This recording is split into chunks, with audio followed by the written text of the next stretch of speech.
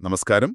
ഇന്ന് നമ്മൾ കണ്ണൂർ ജില്ലയിലെ വെളുമ്പത്തുള്ള മിഷ്കാത്ത് ഖുർആൻ അക്കാഡമിയെക്കുറിച്ചാണ് സംസാരിക്കുന്നത്.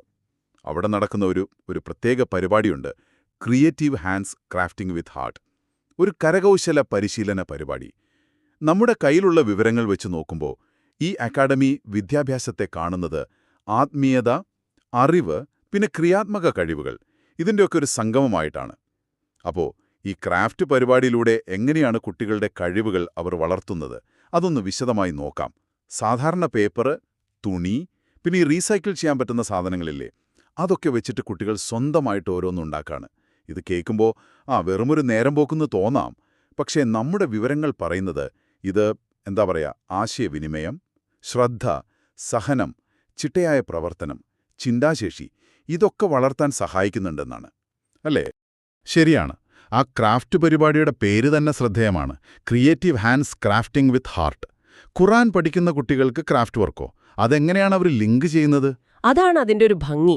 സാധാരണ ഖുർആൻ പഠനമെന്ന് പറയുമ്പോൾ അത് മാത്രമല്ല, കുട്ടികളുടെ ഉള്ളിലുള്ള കഴിവുകൾ അത് പുറത്തെടുക്കാൻ ഒരവസരം കൊടുക്കാണ്.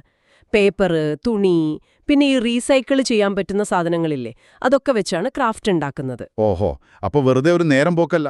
അല്ല, ഇത് ശരിക്കും അവരുടെ വിദ്യാഭ്യാസ രീതിയുടെ ഒരു ഭാഗം തന്നെയാണ്. ക്രാഫ്റ്റിംഗ് വിത്ത് ഹാർട്ട്, ഹൃദയം കൊണ്ട് നിർമ്മിക്കുക എന്ന് പറയുമ്പോൾ അതിലൊരു ആഴമുണ്ട്. ശരിയാണ്. അപ്പോൾ ഈ ക്രാഫ്റ്റ് വർക്കിലൂടെ കുട്ടികളിൽ എന്ത് മാറ്റമാണ് അവർ പ്രതീക്ഷിക്കുന്നത്? കൈകൊണ്ടൊരു സാധനം ഉണ്ടാക്കുന്നു എന്നതിനപ്പുറം. തീർച്ചയായും. പ്രധാനമായിട്ടും കുട്ടികളുടെ ആശയവിനിമയം, പിന്നെ ശ്രദ്ധ, ഒരു കാര്യത്തിൽ ശ്രദ്ധിച്ചിരിക്കാനുള്ള കഴിവില്ലേ അത്, പിന്നെ സഹനം. ഒരു സാധനം ഉണ്ടാക്കി തീരുമ്പോൾ ഒരു ക്ഷമ വേണമല്ലോ. ചിട്ടയായിട്ട് ചിന്തിക്കാനുള്ള കഴിവും, ഇതൊക്കെ വളർത്താൻ പറ്റുമെന്നാണ് അക്കാദമി വിശ്വസിക്കുന്നത്. അത് ശരിയാണ്. ഒരു ക്രാഫ്റ്റ് ചെയ്യുമ്പോൾ നല്ല കോൺസെൻട്രേഷൻ വേണം.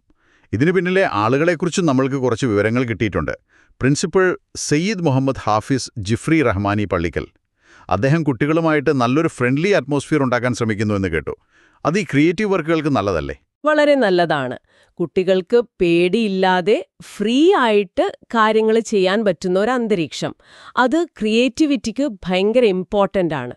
പ്രിൻസിപ്പൽ മാത്രമല്ല, പ്രോഗ്രാം ഡയറക്ടർ ഹാഫീസ് മുഹമ്മദ് റാസി സലാമി കാട്ടിച്ചിറക്കൽ, പിന്നെ മറ്റു ടീച്ചേഴ്സ് ഹാഫീസ് ആബിദ് വാഫി തേറ്റമല, ഹാഫീസ് നിഷാജുദ്ദീൻ ഗസാലി കുഞ്ഞോം, സിദ്ദീഖ് റഹ്മാനി വേളം, ഇവരെല്ലാവരും ഇതിൽ നല്ല പങ്ക് വഹിക്കുന്നുണ്ട്.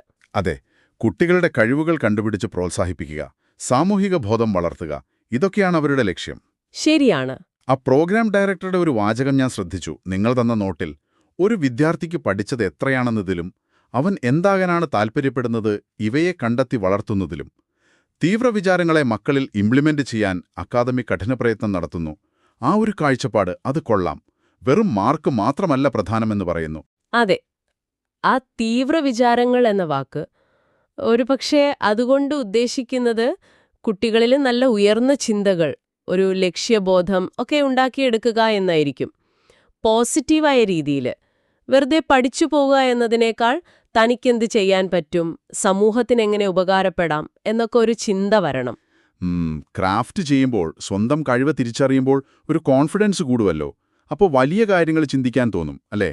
തീർച്ചയായും, അത് തന്നെയാണ്.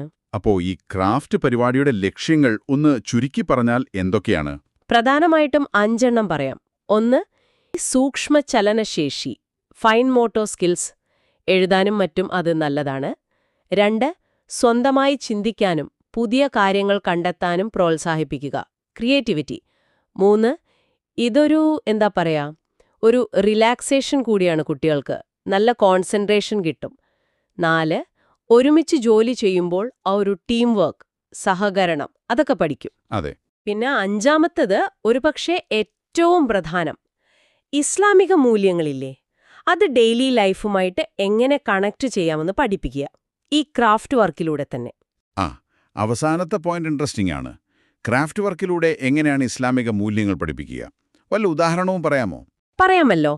ഇപ്പോ റീസൈക്കിൾഡ് സാധനങ്ങൾ ഉപയോഗിക്കുമ്പോൾ വിഭവങ്ങൾ വെറുതെ പാഴാക്കരുത്, മിതത്വം പാലിക്കണമെന്ന ചിന്ത വരും. അത് ഇസ്ലാമിൽ പ്രധാനമാണല്ലോ. ശരിയാണ്, വേസ്റ്റ് ചെയ്യാതിരിക്കുക. അതുപോലെ ഒരു വർക്ക് ചെയ്യുമ്പോൾ നല്ല വൃത്തിയായിട്ട് ശ്രദ്ധയോടെ ചെയ്യുക, നമ്മൾ ചെയ്യുന്ന ജോലിയിൽ ഒരു ആത്മാർത്ഥത, ഒരു ഇഖ്ലാസ് വേണം. ഒരുമിച്ചൊരു പ്രോജക്റ്റ് ചെയ്യുമ്പോൾ മറ്റുള്ളവരെ സഹായിക്കുക, അവരുടെ അഭിപ്രായം കേൾക്കുക, ഇതൊക്കെ സഹകരണ മനോഭാവം വളർത്തും. ഇതെല്ലാം ഇസ്ലാമിക അധ്യാപനങ്ങൾ തന്നെയല്ലേ? അതെ. അപ്പോൾ ഇത് വെറുമൊരു ഹോബി ക്ലാസ് എന്നതിനേക്കാൾ കുട്ടികളുടെ സ്വഭാവം രൂപപ്പെടുത്താനും സ്കിൽസ് ഉണ്ടാക്കാനും വാല്യൂസ് പഠിപ്പിക്കാനും ഒക്കെയുള്ള ഒരു കംപ്ലീറ്റ് അപ്രോച്ചാണ്. അതെ. മിഷ്കത്ത് അക്കാദമിയുടെ ഈ ക്രിയേറ്റീവ് ഹാൻഡ് സംരംഭം അതിനൊരു നല്ല ഉദാഹരണമാണ്. ആത്മീയ പഠനവും പ്രാക്ടിക്കൽ ലൈഫിൽ വേണ്ട കഴിവുകളും എങ്ങനെ ഒരുമിച്ച് കൊണ്ടുപോകാമെന്ന് കാണിച്ചു തരുന്നു. കുട്ടികളെ ഭാവിക്ക് വേണ്ടി ശരിക്കും ഒരുക്കുകയാണവർ. ഈ വിവരങ്ങളൊക്കെ കേട്ടപ്പോൾ നിങ്ങൾക്കും പുതിയ ചില ചിന്തകൾ വന്നിട്ടുണ്ടാവുമെന്ന് കരുതുന്നു. ആത്മീയതയും പ്രായോഗിക അറിവും ഒരുമിപ്പിക്കാനുള്ള ശ്രമങ്ങൾ ഇന്നത്തെ കാലത്ത് എത്ര പ്രധാനമാണെന്ന് ചിന്തിക്കാൻ ഇതൊരു അവസരം കൂടിയാണ്, അല്ലേ? തീർച്ചയായും. പക്ഷേ ഒരു ചോദ്യം ബാക്കിയുണ്ട്. ഇതുപോലുള്ള എന്താ പറയാ സംയോജിത പഠന രീതികൾക്ക് എന്ത് ഫലമാണുണ്ടാവുക? അത് കുട്ടികളുടെ ഭാവി ജീവിതത്തെ എങ്ങനെയായിരിക്കും സ്വാധീനിക്കുക? ഒരുപക്ഷേ നമുക്ക് അടുത്ത തവണ സംസാരിക്കുമ്പോൾ അതുമൊന്ന് ചർച്ച ചെയ്യാം, അല്ലേ?